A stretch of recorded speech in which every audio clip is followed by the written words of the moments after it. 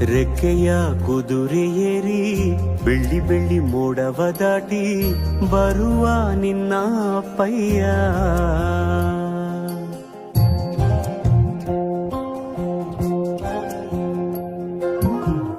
ಮಿನುಗು ಚುಕ್ಕಿಗಳನ್ನು ಹಿಡಿದು ಬೊಗಸೆಯಲ್ಲಿ ತರುವ ನಿನ್ನ ಅಪ್ಪಯ್ಯ. ರೆಕ್ಕೆಯ ಕುದುರೆ ಏರಿ ಬೆಳ್ಳಿ ಬೆಳ್ಳಿ ಮೋಡ ದಾಟಿ ಬರುವ ನನ್ನ ಅಪ್ಪಯ್ಯ.